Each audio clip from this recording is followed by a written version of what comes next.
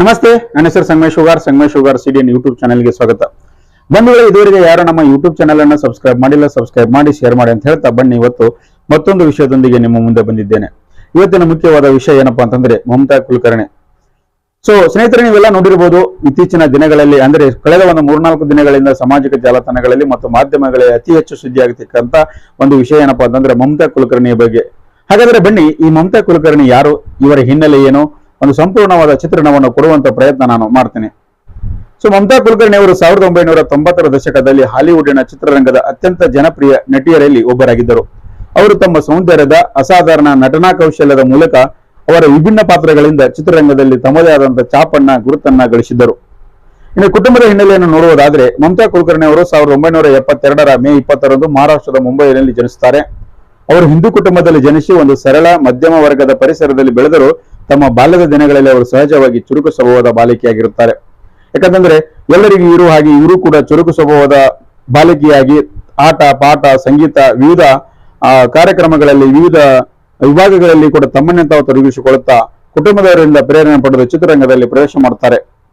ಕುಟುಂಬದ ಬಗ್ಗೆ ಹೆಚ್ಚಿನ ವಿವರಗಳು ಬಹಿರಂಗವಾಗಿಲ್ಲದಿದ್ದರೂ ಆದರೆ ಅವರ ಕುಟುಂಬದಲ್ಲಿ ಸೋದರ ಸೋದರಿಯರು ಇದ್ದುದು ಅವರು ಬಾಲ್ಯದಲ್ಲಿ ಉತ್ತಮ ಶಿಕ್ಷಣವನ್ನು ಪಡೆದಿದ್ದಾರೆ ಎಂದು ಹೇಳಲಾಗುತ್ತದೆ. ಸಿನಿರಂಗದ ಪ್ರವೇಶದ ನಂತರ ಅವರು ಕುಟುಂಬವನ್ನು ಮಾಧ್ಯಮಗಳಿಂದ ದೂರ ಇಡಲು ಪ್ರಯತ್ನ ಮಾಡಿದ್ದಾರೆ. ಹಾಡು ನಟಿ ಎಂದೇ ಖ್ಯಾತಿಯಾದಂತಹ ಮಮತಾ ಕುಲಕರ್ಣಿ. ಹೌದು, ಮಮತಾ ಕುಲಕರ್ಣಿಯ ವೇಷಭೂಷಣ ಮತ್ತು ಅವರ ವಿಭಿನ್ನ ಶೈಲಿ ಆಕರ್ಷಕವಾಗಿತ್ತು. ಅವರು ತಮ್ಮ ಧೈರ್ಯಶಾಲಿ ಫೋಟೋಶೂಟ್ಗಳಿಂದ ಗಮನ ಸೆಳೆದರು. ವಿಶೇಷವಾಗಿ ಸೀರೆ ಮತ್ತು ಪಶ್ಚಿಮ ಶೈಲಿಯ ಉಡುಪುಗಳನ್ನು ತೊಟ್ಟು ನಡೆಸುತ್ತಿದ್ದಾಗ ಅವರು ಆಕರ್ಷಕ ಬಾಡಿ ಲ್ಯಾಂಗ್ವೇಜ್ ಅವರ ಆತ್ಮವಿಶ್ವಾಸ ಅವರನ್ನು ಹಾಡು ನಟಿ ಎಂದು ಹೆಸರು ಮಾಡಿತು. ಅವರು ಚಿತ್ರಗಳಲ್ಲಿ ಅಭಿನಯಿಸುತ್ತಿದ್ದಾಗ ವಿವಿಧ ಹಾಡುಗಳಲ್ಲಿ ಭಾಗವಹಿಸುವಾಗ ನೃತ್ಯ ಮಾಡುತ್ತಿದ್ದಾಗ ಅವರ ನೋಡುಗರನ್ನು ಮನ ಸೆಳೆಯುವಂತೆ ಮಾಡುತ್ತಿದ್ದರು, ತಮ್ಮ ಆಕರ್ಷಣೆಯನ್ನು ಮಾಡುತ್ತಿದ್ದರು. ಪಾತ್ರದಲ್ಲಿಯೂ ಧೈರ್ಯಶಾಲಿತನ. ಅವರಿಗೆ ಕೊಟ್ಟಂತ ಪಾತ್ರಗಳು ಬಿಟ್ಟು ಕೊಡುವಂತಿರಲಿಲ್ಲ. ಪಾತ್ರಕ್ಕೆ ಅಗತ್ಯವಿದ್ದಂತ ಕಠಿಣತೆಯನ್ನು ಅವರು ತೋರಿಸುತ್ತಿದ್ದರು. ಹಾವ ಭಾವ ಅಗತ್ಯಕ್ಕೆ ತಕ್ಕಂತೆ ಅವರು ಪಾತ್ರಗಳಲ್ಲಿ ತಮ್ಮನ್ನೇ ತಾವು ತೊಡಗಿಸಿಕೊಳ್ಳುತ್ತಿದ್ದರು. ಸೌಂದರ್ಯದ ರಹಸ್ಯ. ಪ್ರಾಕೃತಿಕ ಸೌಂದರ್ಯದ ಜೊತೆಗೆ ತಾಳೆ ಮಟ್ಟದ ಡೈಟ್ ಮತ್ತು ಫಿಟ್ನೆಸ್ ಅವರ ಸುಂದರ ತ್ವಚೆಗೆ ಕಾರಣವಾಗಿತ್ತು. ಅವರು ಶೃಂಗಾರವನ್ನು ನರ್ಶಿಸುವ ದೃಷ್ಟಿಯಿಂದ ಸುಂದರವೆನಿಸುತ್ತಿದ್ದರು. ಅತ್ಯಂತ ಮನಮೋಹಕವಾಗಿ ಇತರರನ್ನು ತಮ್ಮತ್ತ ಸೆಳೆಯುವಂತೆ ಮಾಡುತ್ತಿದ್ದರು. ಇನ್ನು ವೈವಾಹಿಕ ಜೀವನದ ಬಗ್ಗೆ ನೋಡುವುದಾದ್ರೆ, ಮಮತಾ ಕುಲಕರ್ಣಿ ಅವರ ವೈವಾಹಿಕ ಜೀವನ ಒಂದು ಗೊಂದಲದಿಂದ ಕೂಡಿತು. ಅವರು ವಿಭಿನ್ನ ಕಾರಣಗಳಿಂದ ತಮ್ಮ ವೈಯಕ್ತಿಕ ಜೀವನವನ್ನು ಮಾಧ್ಯಮಗಳಿಂದ ದೂರ ಇಡಲು ಪ್ರಯತ್ನಿಸಿದ್ದಾರೆ ಎಂದು ಹೇಳಲಾಗ್ತಾ ಇದೆ. 2000ರ ದಶಕದ ಆರಂಭದಲ್ಲಿ ಅವರನ್ನು ವಿಕಿ ಗೋಸ್ವಾಮಿ ಎಂಬ ಅಂತಾರಾಷ್ಟ್ರೀಯ ವ್ಯಾಪಾರಿ ಜೊತೆಗೆ ಸಂಬಂಧ ಇಟ್ಟಿದ್ದಾರೆ ಎಂದು ಹೇಳಲಾಗ್ತಾ ಇದೆ. ಇವರ ವಿವಾದ ಕುರಿತು ಅಧಿಕೃತ ಮಾಹಿತಿ ಕೂಡ ಇನ್ನುವರೆಗೆ ಸ್ಪಷ್ಟವಾಗಿ ತಿಳಿದು ಬಂದಿಲ್ಲ. ಮಮತಾ ಕುಲಕರ್ಣಿ ಅವರು ಬಹುಭಾಷಾ ನಟಿಯಾಗಿದ್ದರು. ಅವರು ಪ್ರಮುಖವಾಗಿ ಕನ್ನಡ, ಹಿಂದಿ, ತೆಲುಗು, ತಮಿಳು, ಮಲಯಾಳಂ ಮುಂತಾದ ದಕ್ಷಿಣ ಭಾರತದ ಭಾಷೆಗಳಲ್ಲಿ ಅತಿ ಹೆಚ್ಚಾಗಿ ಅಭಿನಯಿಸಿದರೆಂದು ತಿಳಿದು ಬರುತ್ತದೆ. ಹಿಂದಿನ ಚಿತ್ರಗಳಲ್ಲಿ ಕನ್ನಡ ಕೆಲವೇ ಚಿತ್ರಗಳಲ್ಲಿ ಅಭಿನಯಿಸಿದರೂ ಕೂಡ ಕನ್ನಡ ಚಿತ್ರರಂಗ ಅವರನ್ನು ತಮ್ಮನ್ನು ಧೈರ್ಯಶಾಲಿ ನಟನೆಯಿಂದ ವಿಶೇಷ ಸ್ಥಾನಮಾನ ಕೂಡ ನೀಡಲಾಗಿತ್ತು. ಅಂದ್ರೆ ಕನ್ನಡ ಚಿತ್ರಗಳಲ್ಲಿ ಇವರಿಗೆ ಕೂಡ ವಿಶೇಷವಾದಂತಹ ಒಂದು ಸ್ಥಾನಮಾನವನ್ನು ಕೂಡ ನೀಡಲಾಗಿತ್ತು. ತಮಿಳು, ತೆಲುಗು, ಮಲಯಾಳಂ, ಕನ್ನಡ, ತೆಲುಗು, ಮಲಯಾಳಂ, ದಕ್ಷಿಣ ಭಾರತದ ಚಿತ್ರರಂಗದಲ್ಲಿ ಕೂಡ ತಮ್ಮದೇ ಆದಂತಹ ಶ್ರೇಷ್ಠ ನಟನೆಯಿಂದ ಇವರು ಗುರುತಿಸಿಕೊಂಡಿದ್ದರು. ಯಾವ ಯಾವ ನಟರ ಜೊತೆಗೆ ನಟಿಸಿದ್ದಾರೆ ಎಂದು ತಿಳಿದು ನೋಡುವುದಾದರೆ, ಮಮತಾ ಕುಲಕರ್ಣಿ ಅವರು ಹಲವಾರು ಪ್ರಮುಖ ನಟರೊಂದಿಗೆ ಅಭಿನಯಿಸಿದ್ದಾರೆ. ಮುಖ್ಯವಾಗಿ ಹಿಂದಿ ಚಿತ್ರನಟರಾದಂತಹ ಶಾರುಖ್ ಖಾನ್, ಸಲ್ಮಾನ್ ಖಾನ್, ಅಕ್ಷಯ್ ಕುಮಾರ್, ಅಜಯ್ ದೇವಗನ್, ಅಮಿತಾಬ್ ಬಚ್ಚನ್. ಶಾರುಖ್ ಖಾನ್ ಅವರ ಕರ್ಣ ಅರ್ಜುನ ಚಿತ್ರ, ಸಲ್ಮಾನ್ ಖಾನ್ ಅವರ ಕ್ಯಾಪ್ಟನ್ ಚಿತ್ರ, ಅಕ್ಷಯ್ ಕುಮಾರ್ ಅವರ ಸಬ್ಸೆ ಬಡಾ ಖಿಲಾಡಿ, ಅಜಯ್ ದೇವಗನ್ ಮತ್ತು ಅಮಿತಾಬ್ ಬಚ್ಚನ್ ರಂತಹ ಮಹಾನ್ ನಟರೊಂದಿಗೆ ನಟಿಸಿದ್ದು ಆಕೆಯನ್ನು ಹೆಚ್ಚಿನ ಪ್ರೇಕ್ಷಕರ ಮೆಚ್ಚುಗೆ ಪಾತ್ರನಾಗಿಸಿ ಮಾಡಿತು. ಇನ್ನು ಕನ್ನಡ ಚಿತ್ರರಂಗಕ್ಕೆ ಬರುವುದಾದ್ರೆ, ಮಮತಾ ಕುಲಕರ್ಣಿ ಅವರು ಕನ್ನಡದಲ್ಲಿ ಕೆಲವು ಚಿತ್ರಗಳಲ್ಲಿ ನಟಿಸಿದರೂ ಕೂಡ ತಮ್ಮ ಕನ್ನಡದ ಪ್ರೇಕ್ಷಕರನ್ನು ತರಿಸಿದವರು, ಅವರನ್ನು ಹುರಿದುಂಬಿಸಿದವರು. ಕನ್ನಡ ಚಿತ್ರರಂಗದಲ್ಲಿ ಅವರ ಪಾತ್ರಗಳು ಸಾಮಾನ್ಯವಾಗಿ ಗ್ಲಾಮರ್ ಲೋಕದಿಂದ ಕೂಡಿರುತ್ತಿದ್ದವು. ಹೆಚ್ಚು ಅವರು ನೋಡುಗರ ಪಡ್ಡೆ ಹುಡುಗರ ಮನ ಸೆಳೆಯುವಂತಿದ್ದರು.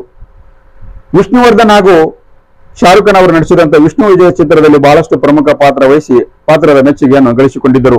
ಚಿರಂಜೀವಿ, ವಿಷ್ಣುವರ್ಧನ್ ಮತ್ತು ಉಪೇಂದ್ರ ಅಂತ ಮೊದಲಾದ ಮಹಾನ್ ನಟರೊಂದಿಗೆ ನಟಿಸಿ ತಮ್ಮ ಪ್ರಶಂಸೆಯನ್ನು ಗಳಿಸಿಕೊಂಡಿದ್ದರು.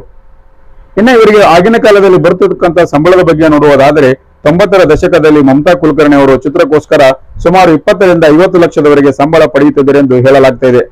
ಅದರಲ್ಲಿ ಅವರು ಹಿಂದಿನ ನಟಿಯರಲ್ಲಿ ಅತ್ಯಂತ ಹೆಚ್ಚು ಸಂಬಳ ಪಡೆಯುತ್ತಿದ್ದರಲ್ಲಿ ಇವರು ಕೂಡ ಒಬ್ಬರಾಗಿದ್ದಾರೆ ಎಂದು ಹೇಳಲಾಗ್ತಾ ಇದೆ. ಮಮತಾ ಕುಲಕರ್ಣಿ ಅವರ ಒಟ್ಟು ಆಸ್ತಿ ಬಗ್ಗೆ ಹೇಳುವುದಾದರೆ ಸುಮಾರು 70ರಿಂದ 80 ಕೋಟಿಯಷ್ಟು ಇರಬಹುದು ಎಂದು ಅಂದಾಜಿಸಲಾಗಿದೆ. ಚಿತ್ರರಂಗದಿಂದ ನಿವೃತ್ತಿಯಾದ ನಂತರ ಅವರು ಆರ್ಥಿಕ ಪರಿಸ್ಥಿತಿ ಮತ್ತು ಅವರ ಸ್ಥಾನಮಾನವನ್ನು ಯಾವುದೇ ಕಷ್ಟಕ್ಕೆ ಬೀಳಕೊಡದಂತೆ ಮಾಡಿದರು. ಪ್ರಸ್ತುತ ಅವರ ಜೀವನದ ಸ್ಥಿತಿ ಬಗ್ಗೆ ಹೇಳುವುದಾದರೆ ಮಮತಾ ಕುಲಕರ್ಣಿ ಅವರು 2000 ದಶಕದ ನಂತರ ಸಿನಿ ಚಿತ್ರರಂಗದಿಂದ ದೂರ ಸರಿದರು. ನಂತರ ಅವರು ಧಾರ್ಮಿಕ ಜೀವನಕ್ಕೆ ಮರಳಿದರು. ಆಧ್ಯಾತ್ಮಿಕ ಜೀವನವನ್ನು ದಕ್ಷಿಣ ಆಫ್ರಿಕಾದಲ್ಲಿ ಸಾಗಿಸುತ್ತಿದ್ದ ಅವರು ಅನೇಕ ಧಾರ್ಮಿಕ ಚಟುವಟಿಕೆಗಳಲ್ಲಿ ತೊಡಗಿಕೊಂಡಿದ್ದರು. ಆಧ್ಯಾತ್ಮಿಕ ವೈರಾಗ್ಯ, ಸನ್ಯಾಸತ್ವದ ಬಗ್ಗೆ ಹೆಚ್ಚು ಆಸಕ್ತಿ ವಹಿಸಿದರು. ಈಗ ಇವರಿಗೆ 52 ವರ್ಷ ವಯಸ್ಸು. ಎಂಐ ಮಮತಾ ನಂದಗಿರಿ ಎಂದು ಕರೆಯಲಾಗುತ್ತಿರುವ ಇವರು ಕಳೆದ 25 ವರ್ಷಗಳಿಂದ ವೈರಾಗ್ಯದ ಬಗ್ಗೆ ಹೆಚ್ಚು ಒಲವನ್ನು ತೋರುತ್ತಾ ಬಂದಿದ್ದಾರೆ. ಹೆಚ್ಚು ಆಸಕ್ತಿಯನ್ನು ಕೂಡ ಸನ್ಯಾಸತ್ವದಲ್ಲಿ ಹೊಂದಿದ್ದಾರೆ. ಅಂದರೆ ಇದೇ 24/1/2025 ಶುಕ್ರವಾರದಂದು ಉತ್ತರ ಪ್ರದೇಶದಲ್ಲಿ ನಡೆದಂತ ಮಹಾಕುಂಭ ಮೇಳದಲ್ಲಿ ಇವರು ಸನ್ಯಾಸತ್ವವನ್ನು ಸ್ವೀಕರಿಸುತ್ತಾರೆ. 2015ರಲ್ಲಿ ಆರಂಭವಾದಂತ ಕಿನ್ನರ ಅಖಾಡಕ್ಕೆ ಈಗ ಇವರು ಮಮತಾ ಕುಲಕರ್ಣಿಯವರನ್ನ ತಮ್ಮ ಮಹಾಮಂಡಳೇಶ್ವರನಾಗಿ ನೇಮಕ ಮಾಡಲಾಗಿದೆ. ಇವರ ಗುರು ಗಗನಗಿರಿ ಅವರು ಮಹಾರಾಜರು ಇವರಿಗೆ ಆಧ್ಯಾತ್ಮಿಕದ ಬಗ್ಗೆ ಹೆಚ್ಚು ಒಂದು ಆಸಕ್ತಿಯನ್ನು ತೋರಿಸುತ್ತಾ ಅವರಿಗೆ ಆಧ್ಯಾತ್ಮಿಕದ ಬಗ್ಗೆ ಹೆಚ್ಚು ಒಲವನ್ನು ಮೂಡುವಂತೆ ಮಾಡಿ ಅವರಿಗೆ ಆಧ್ಯಾತ್ಮಿಕದ ಒಂದು ಪಾಠವನ್ನು ಮಾಡುತ್ತಾ ಬಂದಿದ್ದಾರೆ ಅಂತ ಹೇಳಬಹುದು. ಆಧ್ಯಾತ್ಮಿಕತೆಗೆ ಹೆಚ್ಚು ಒಲವು ತೋರುತ್ತಿರುವ ಇವರು ಇತ್ತೀಚೆಗೆ ಸನ್ಯಾಸತ್ವ ಸ್ವೀಕರಿಸಿ ವೈರಾಗ್ಯ ಮೂರ್ತಿಯಾಗಿದ್ದಾರೆ. ಇನ್ನು ಇವರ ಬಗ್ಗೆ ಮೆಚ್ಚುಗೆಯ ಮಾತುಗಳನ್ನು ಹೇಳುವುದಾದರೆ ಅದೇನೇ ಆದರೂ ಕೂಡ ಮಮತಾ ಕುಲಕರ್ಣಿ ಅವರು ಒಂದು ಕಾಲದಲ್ಲಿ ಚಿತ್ರರಂಗವನ್ನು ಆಕರ್ಷಣೆ ಮಾಡಿದಂತ ಪ್ರಮುಖ ನಟಿಯರಲ್ಲಿ ಒಬ್ಬರಾಗಿದ್ದರು. ಇವರು ಇಂದು ಚಿತ್ರರಂಗದ ಬೆಳಕಿನಿಂದ ದೂರ ಇದ್ದರೂ ಕೂಡ ಅವರ ಬದುಕು ಸಹ ಇತರರಿಗೆ ಪ್ರೇರಣೆಯಾಗಿದೆ ಎಂದು ಹೇಳಬಹುದು. ಒಂದು ಕಾಲದಲ್ಲಿ ಹಾಟ ನಟಿಯಾಗಿದ್ದಕ್ಕಂತ ಮಮತಾ ಕುಲಕರ್ಣಿ ಅವರು ಇಂದು ಸನ್ಯಾಸತ್ವ ಸ್ವೀಕರಿಸುವ ಮೂಲಕ ವೈರಾಗ್ಯ ಮೂರ್ತಿಯಾಗಿದ್ದಾರೆ. ಯಾವ ಸಂದರ್ಭದಲ್ಲಿ ಯಾವ ವ್ಯಕ್ತಿ ಹೇಗೆ ಆಗುತ್ತಾರೆ ಎಂಬುದು ಯಾರು ಬಲ್ಲರು. ಇದೇ ಇವತ್ತಿನ ವಿಶೇಷ. ನಿರಂತರವಾಗಿ ನೋಡ್ತಾ ಇರಿ. ಉತ್ತಮ ಮಾಹಿತಿಗಾಗಿ ಬೆಂಬಲಿಸಿ ಸಂಗಮೇಶ್ ಶುಗರ್ ಸಿಡಿಎನ್ ಯೂಟ್ಯೂಬ್ ಚಾನಲ್. ನಮಸ್ಕಾರ, ಧನ್ಯವಾದಗಳು.